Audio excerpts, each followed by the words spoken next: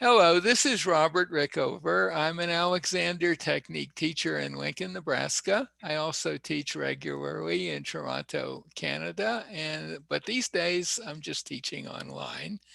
My guest today is Penelope Easton, an Alexander Technique teacher in County Clare, Ireland. Penelope studied zoology at Cambridge. Then she trained as an Alexander Technique teacher. And then she worked for 4 years with a woman named Margaret Goldie, usually referred to as Miss Goldie, which set her on a 30-year journey to try to figure out what her teaching was all about, how it differed from pretty much everything else that was around in England at that time, and what was the science behind it. She's written a book, which she will now hold up for our viewers, called The Alexander Technique, 12 Fundamentals of Integrated Movement. And I'll put a link to Penelope's website by the interview, by the podcast that'll come from it. And it'll show you how to order that book. So welcome to part 7 of our series, which I think will to some extent be a bit of an overview of what we've covered. And I thought that it would be maybe useful to think of it as the Alexander Technique versus F. Matthias Alexander's discoveries. Maybe not versus, but what's the difference between the Alexander Technique that we all know and love today, and what did Alexander discover? It's interesting, by the way, that Marjorie Barstow, when she would send out announcements for her summer workshops in Lincoln, Nebraska, back in the day, would say, come to enjoy the discoveries of F.M. Alexander. And I've used that phrase a lot myself if I want to have a sort of a broader description of what we're doing. From what you said in a lot of our previous interviews, Margaret Goldie, Miss Goldie, was not happy about what was going on in England at that time, which would, in your case, was what, the late 80s, in my case, the late 70s, early 80s.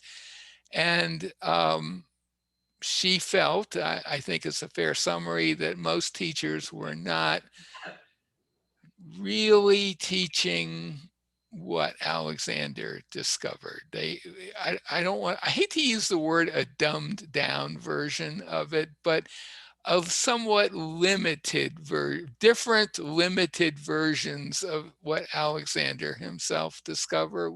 Does that sound right to you? Yes, I must admit, I don't like dumbed down. No, I just said that to be controversial. Yeah, that she wasn't happy with what's going on, and she was angry and about it. And it seems like sometimes she took that anger out on students who would show up, and from the way you've described it. So what do you think that they were, just in broad terms, what were these teachers and teacher trainers missing?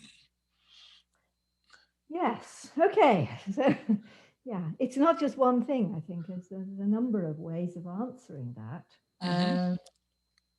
One of which, Erica Whitaker, who was, of course, on the very first training course, she commented, she then went off traveling and came back towards the end of, by this time it was training course 3 or something, I think, and of Alexander's. And she was aware that it had all become how you use the hands. And Alexander said to her, I think it was to her anyway, yes, they all want to know how to use their hands. I'm looking for the one who doesn't. And training courses, they do a lot of incredibly detailed work about how you use the hands and where you position the body in order to use the hands and what you do with your hands. But that wasn't the way Alexander worked.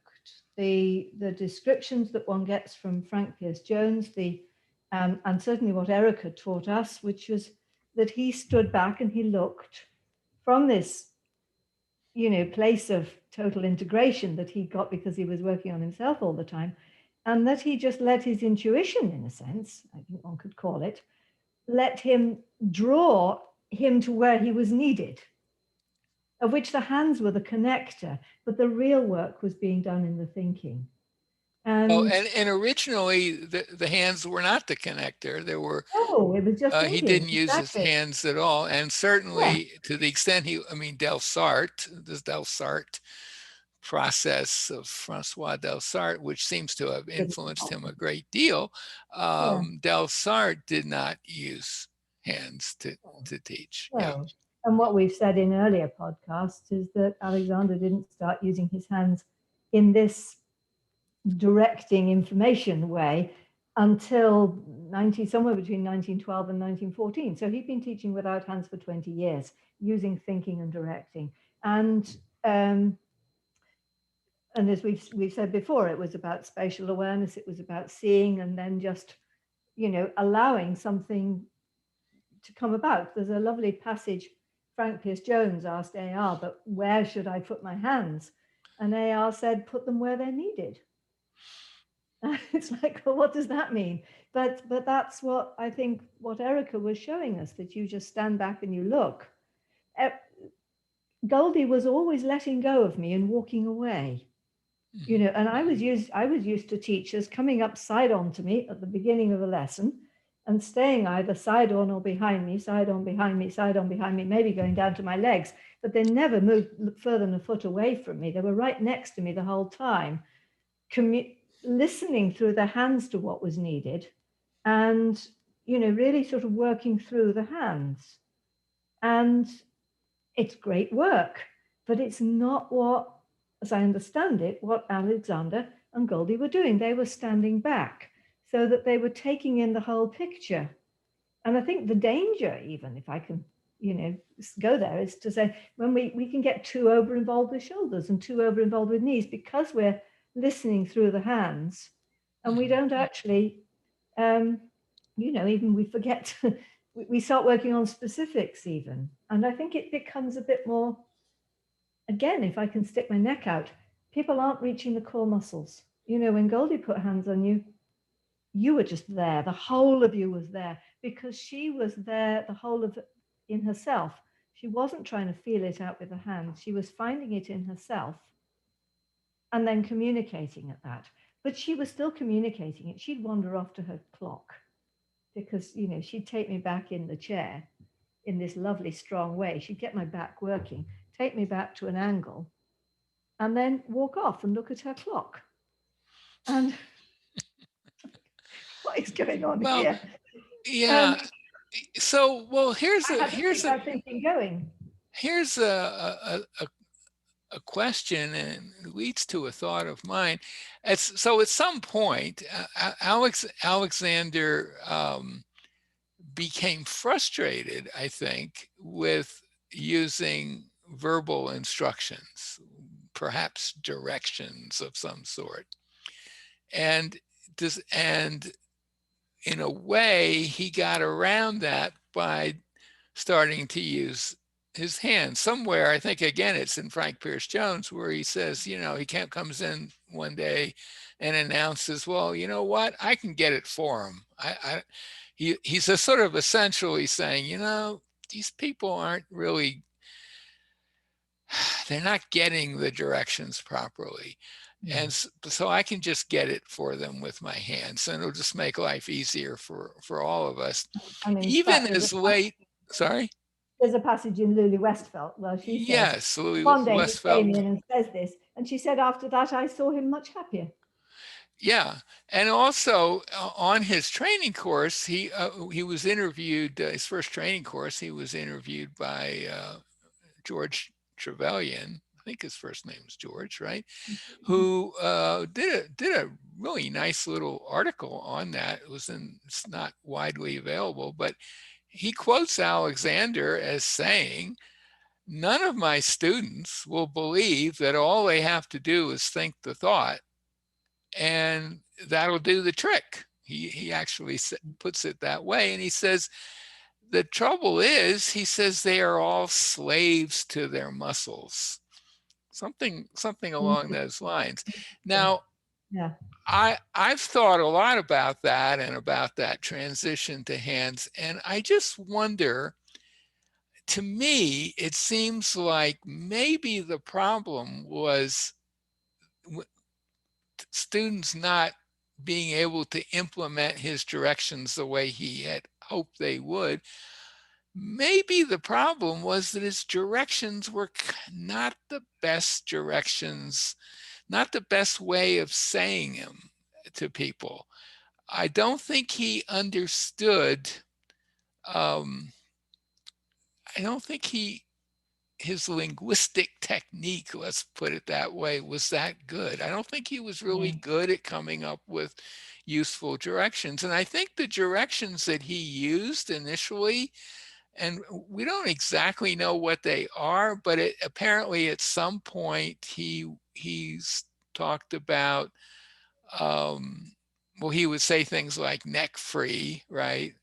And then at some point he switched over to letting my neck be free, and that seemed like a big improvement.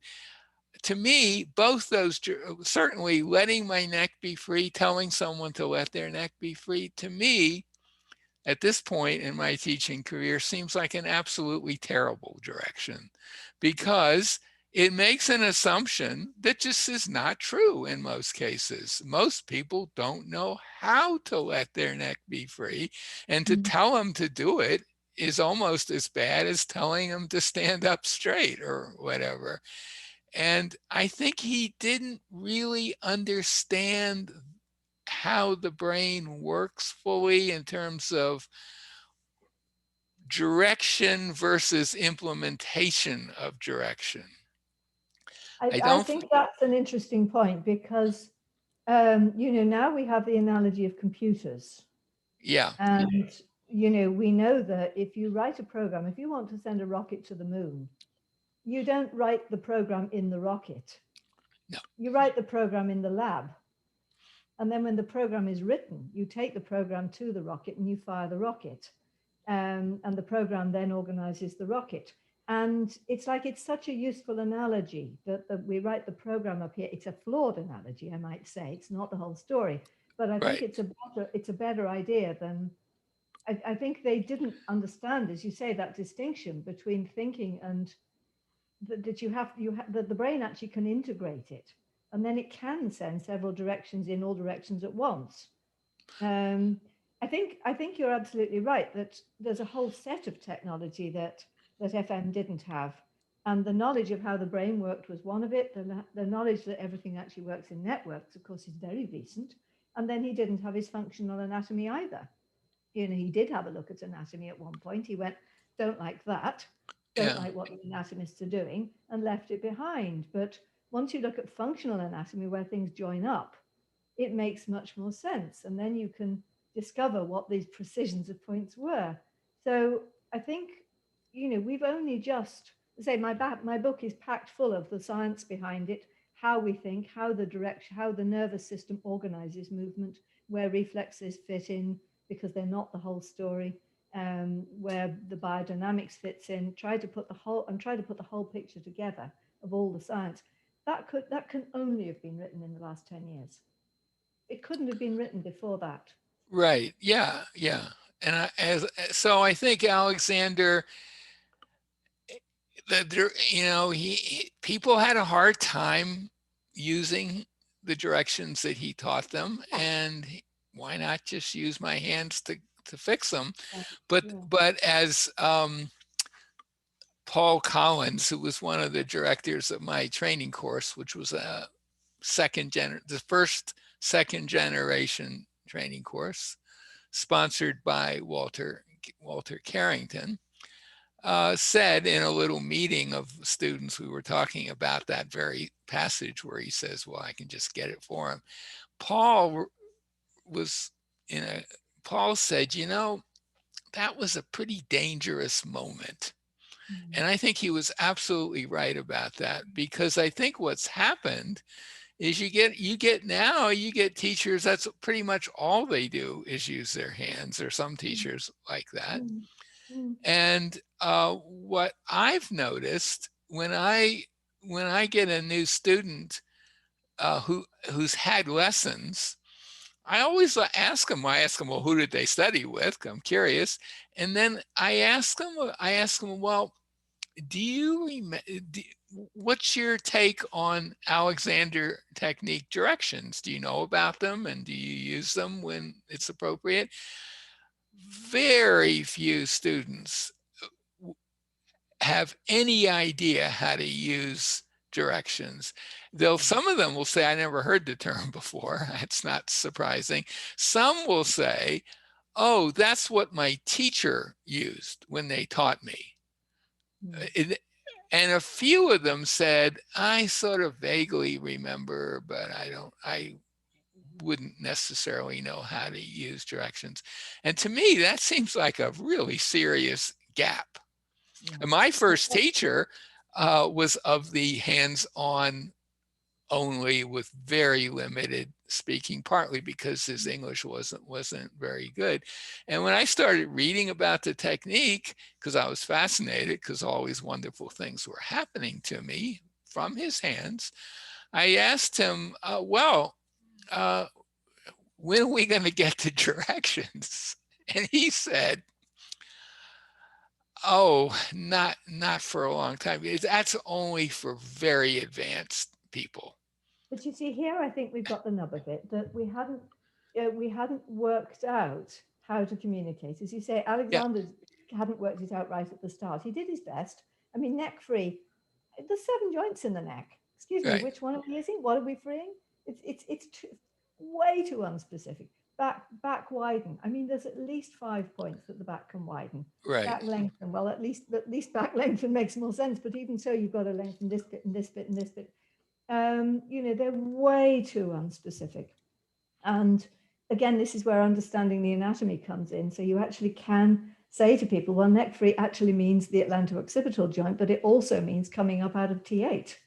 So there was that whole confusion for starters, because Alexander was thinking of the neck as freeing right from the center, from that point between the shoulder blades. And MacDonald decided it meant that bit. So something got lost at that moment. So I think there's a lot of points at which things got lost because they weren't understood well enough to be articulated. I think there's masses and masses and masses that Alexander actually did know, but he didn't even realize what he knew.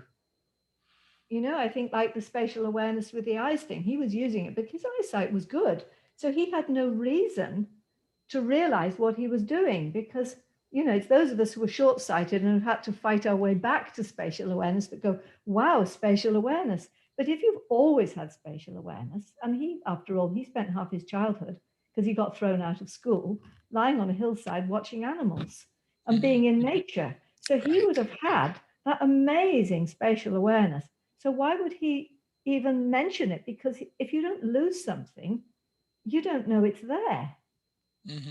So I think, he couldn't articulate it because he didn't even know it was there.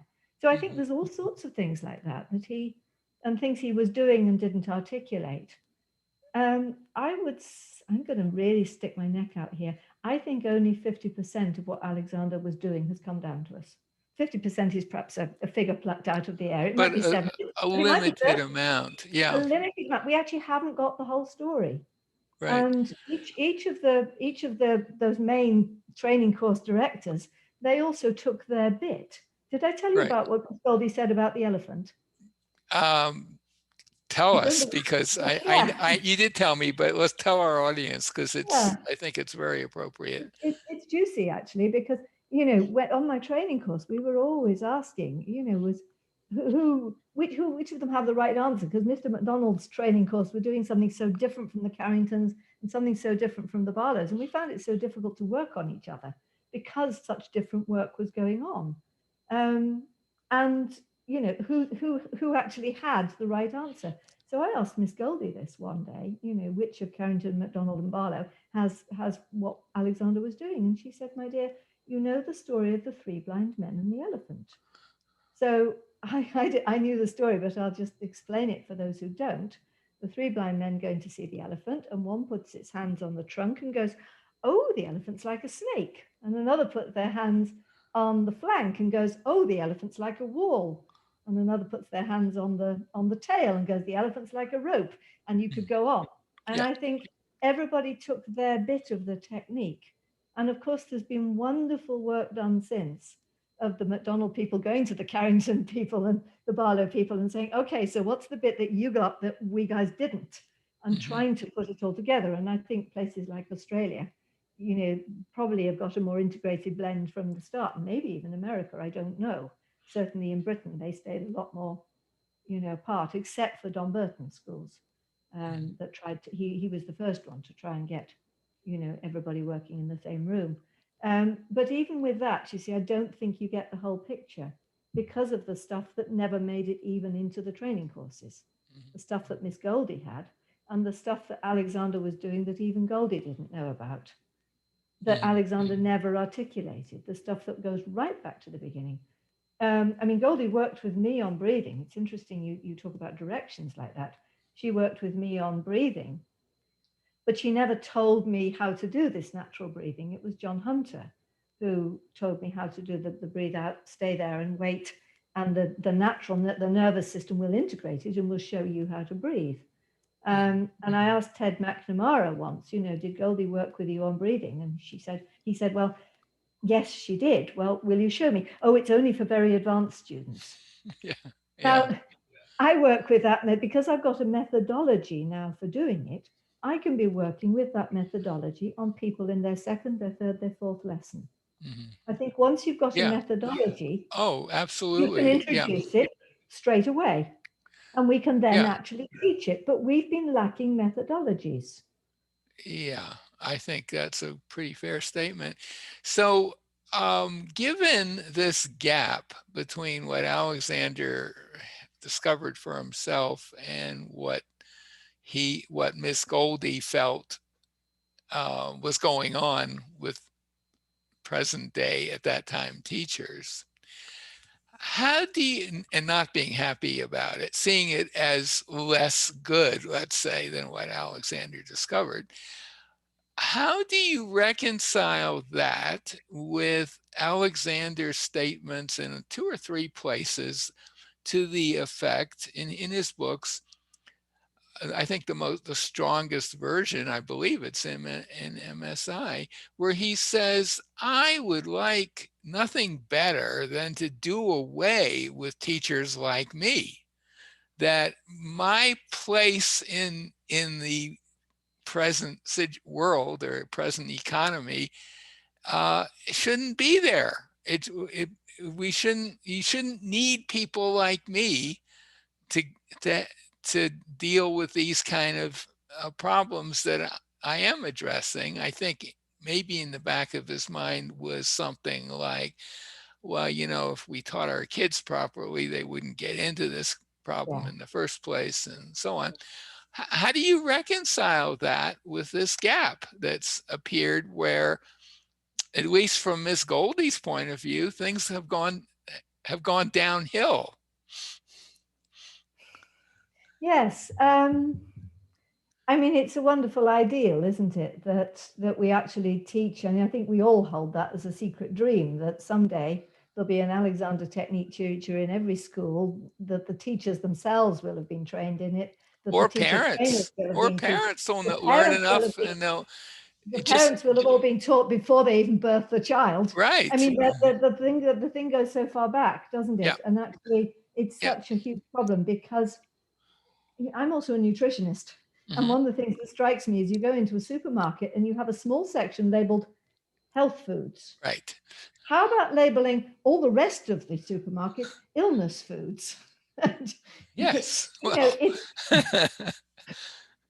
That because would they probably are. not be a good marketing technique, but Well, it but wouldn't, it, would it it? might be some valid for certain parts of what they're But selling. it illustrates the scope of the problem.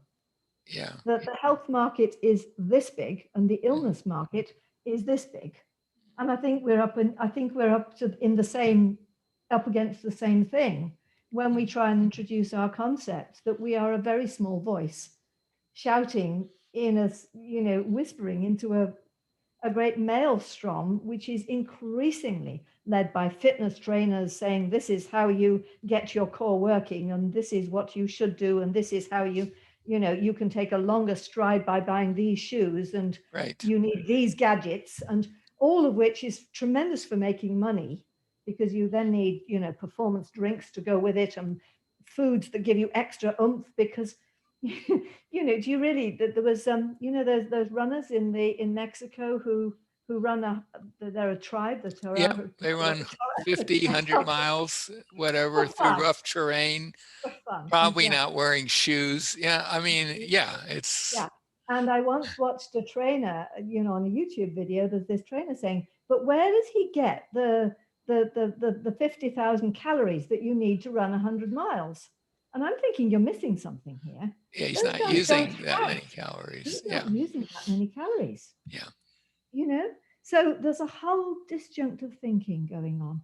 So Right. we're doing our best. Every teacher out there is doing their best. I Right. mean, I have no blame for anybody, Right. no blame for anybody in the entire system. What happened was what happened. And I think it happened for historical reasons, because of the lack of science, because of the lack of understanding, because of the Chinese whispers, because of political splits that happened.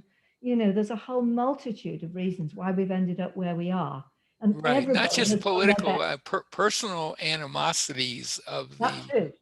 Yeah, that which go too. back to the 30s, and Yeah.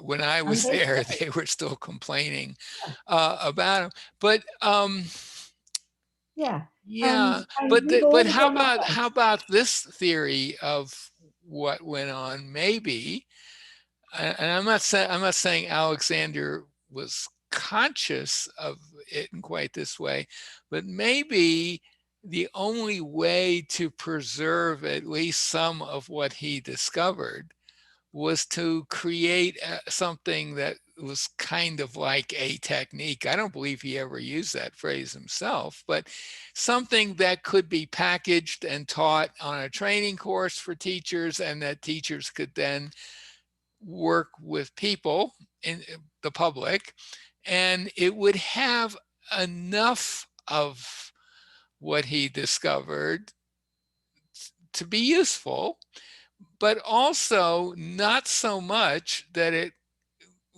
well, enough to keep it as a coherent process that could then be replicated and continued on into the future. Because really, if you were living in, let's say you were living in 1930 and you had lessons with Alexander, and it's amazing, right? This guy, right? He's just uh, it might also have seemed to you likely that in another 40 or 50 years, no one would have any idea about this guy.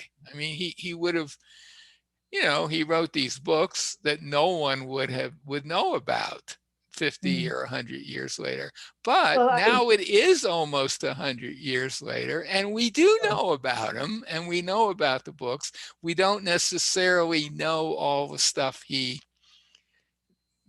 came up with, but we know some stuff, and with some well, the 50% we've got is a jolly good is 50%. pretty Let's good. put it Yeah, that but way. it could be That's fine. better. It could be It a could, lot better. that's the point. There is Yeah. more. It's not even better. There is more. Yeah. There's Why not more have to it? it. Why not have the whole elephant? Why be stuck with half the elephant? Why not Right. have the whole Right. elephant? I Right. don't think it was Alexander who thought like that. I think it was his followers and the training course people. I think it was MacDonald and Yeah. Barlow between them who put that package together and enabled something to become a technique that got passed down. And that is the other difference between Goldie and what was happening in the training schools, is that she was staying with his discovery process. And And she was staying with this process, and she was not promoting herself. People would yes, find her. She did not yes, have a training course, and yes. people would find her, and she was happy when they found. I mean, she would do what she could but she did not try to I, preserve it in that way. And there's a little parallel there with Marjorie Barstow. I think Marjorie Barstow was one of those elephant people, but I think Marge had quite a different set of discoveries from Alexander, and then she just worked on herself and worked on herself. She told me I, she never a day would never go by in her life when she wasn't exploring Alexander's discoveries, starting in from the early 20s when she had her first lessons with him. It was her main life, although she did other things. She ran businesses and ranches and stuff. I mean, she was not just an Alexander teacher for a long time. but I think she did take the discovery process. You see, because again, she was part of that. She absorbed what Irene Tasker was giving, Hmm. which is that how you work on yourself while you're frying onions.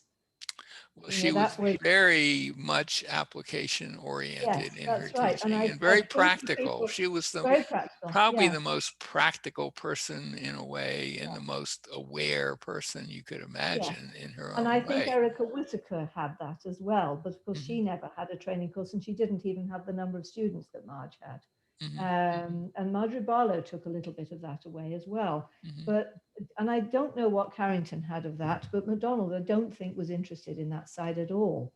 And so Hmm. that side is completely missing from, that was my experience anyway, that's missing from his side.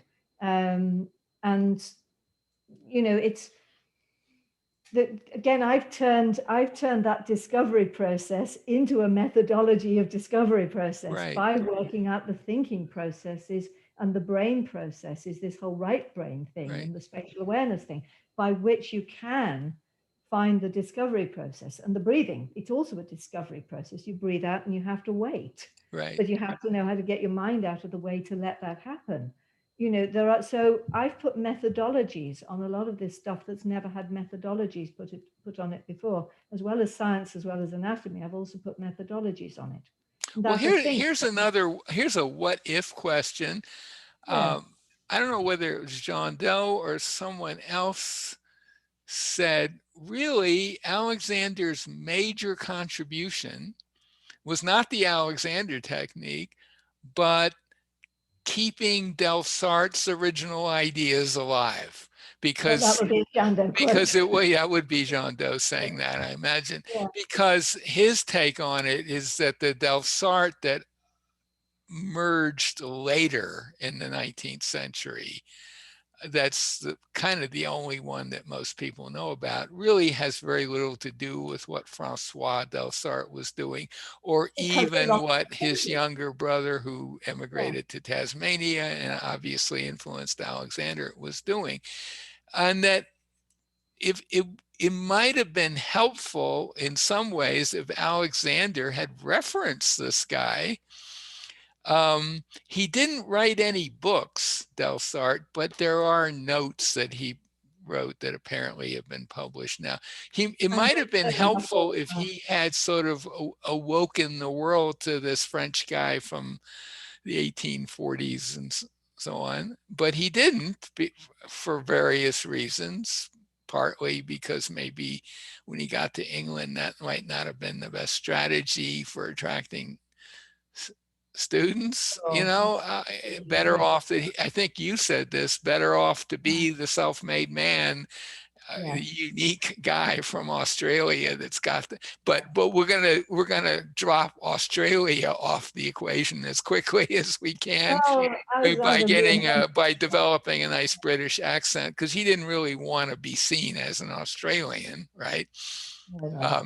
That was So back he dropped his tongue before and back then. Australia was a happening place, before it was the land of Oz, it was just a penal colony or an ex-penal colony. Anyway, it's it might have been different if he had embraced Delsarte a bit publicly and gotten people to think about what Delsarte discovered, because Delsarte did see the same stuff that Alexander saw. He could. But he also, I mean, I don't know how much of the Delsarte stuff you've read. It's weird to modernize. I mean, there's all this stuff about spirit and mind, and it's highfalutin, and there's diagrams of the universe, right. and But I don't think that and the places. necessarily was what And that, Francois was teaching. oh, but it was, you see, it Was it? was. What he was adding Yes, that it stuff was. to it, but he was Yes, also using mirrors yes, that's and right. There was yeah, the physical and the physical side of what Delsarte was doing, right, and the thinking to do with the body has come down through Alexander. But inspired by Jandot, I have looked now at a number of Delsarte things. It's jolly hard to read. I mean, there's just pages and pages and pages that have no relevance to us whatsoever. And then you come across a sentence right, and about the law of oppositions or the yeah, law of dynamic wealth, and that you've got to think. You can't do it from the body. You have to think. But even so, it's written very much in 19th century language. So in a way, I'm not surprised that Alexander dropped the Delsarte, because mhm, that sort of diagrams of the cosmos was the sort of thing that was happening in the 1840s. I mean, if you mm, look at a number of other, I can't name their names now, but there's a lot of, I went to a talk on it once, and the man was talking about Delsarte, but also showing what all these other philosophers were doing. They were all doing this sort of stuff, right, very highfalutin spiritual stuff. right, But Delsarte actually brought a physical aspect into it that mhm, Alexander rescued and brought on. right. And And Alexander did not want to reference the what was probably Delsarte's major interest, really. yeah, I think Jean Doe once said his work was to get people to be better performers, and he was aware that it might help them in their lives, but he had no interest in that aspect no, of it. no, He no, was he interested didn't in forget the training and gestures and all yeah, that. Yeah. So making. But it was anyway, amazing what he did, because he linked up emotion and gesture and speech, and right, which right, again is integration of the body and the mind. right. But Alexander, so there was a point where Alexander took off from Delsarte, I think, took Yeah. the essentials, but really understood them and developed them. And started really to understand oppositions, and Hmm. we did understand you had to think, you couldn't do it from the body. Right, Um, so I think there was and we've got to we've always got to keep hold of that, haven't we? That sort of interplay that we use, which is actually so difficult to describe, between the physical and the right, nervous system, right. between the physical structures and the thinking. And I think we should give Alexander credit for coming up with the idea of directions. I just think his directions weren't that great, but the idea that your mind could project these thoughts, and Yeah. they would, that's all you had to do, really. The rest of your body would take care of them. He just didn't have good ones, or as good as I think we have today. But Yeah. well, But even the biomechanical directions, as I say, there's a section in the book where I give the 12 different ways actually that you can use for freeing the neck, and all the different pulls that you can use to expect to widen the back. I mean, there's far more going on in those, you know, right, neck free and back widened than I think is acknowledged. And when yeah, you again, there's far more to it, and it's been a process of Chinese whispers as well, hasn't it? That stuff's come down to us and not been understood, and then it's been passed on in another form. I oh, think I'm it's sure Margaret there's a Goldie. lot of that. Yeah, yeah, Yes, there's a lot of that that's happened as well. So we're all I'm not the only one out there. You're not the only one out there. That we're trying to find it and pull it back together. What was Alexander doing? But I find myself also asking, okay, we're not a therapy, but acupuncture. hmm, How many generations did it take to put the whole acupuncture picture together?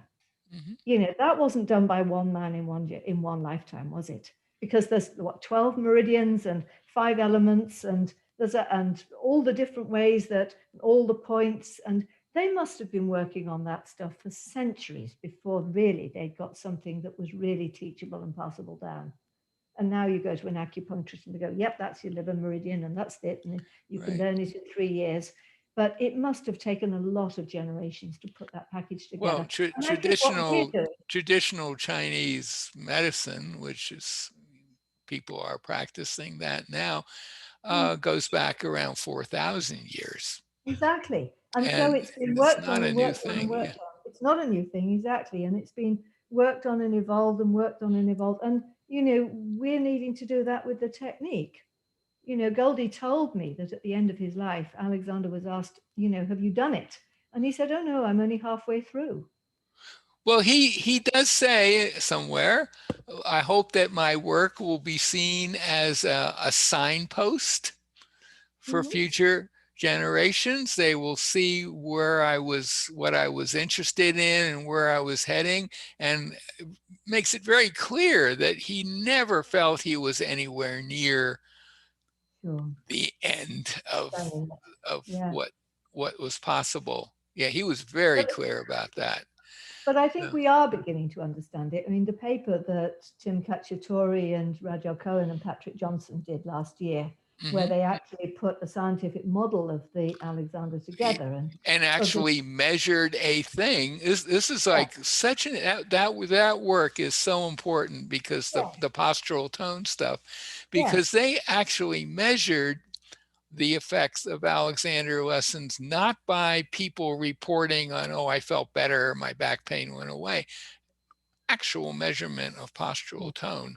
And I think it's a shame that that stuff isn't better known, because yeah. that really is No, powerful. I talk about it Yeah, and I whenever I do think there's a lot of, oh, I mean, I think bottom line, we should all be really grateful for Alexander for what he did, what he tried to do, where he didn't do as well as he might have, and for all those teachers who carried on the work, and brought it especially, down to us. and brought it down to us. And maybe we should end on that nice positive note. What do you Yeah, think? I think that's Okay, great. let's do Yeah. that. Um, so my guest today has been Penelope Easton, an Alexander Technique teacher in County Clare, Ireland. She's written a book, which she will hold up once again, called The Alexander Technique, 12 Fundamentals of Integrated Movement, based largely, I think, on her work with Miss Goldie and further discoveries of hers. I'll put a link to her website by the interview. You can order the book. You can send her an email and ask her a question, I imagine. Um, so, Penelope, thank you so much, not just for this, but for the previous 6 interviews we've done. Thank you so I think much, they're a Ross. real contribution to Alexander teachers and serious students of the work. Thank you. Thank you Thank so you. much for facilitating this. Yeah.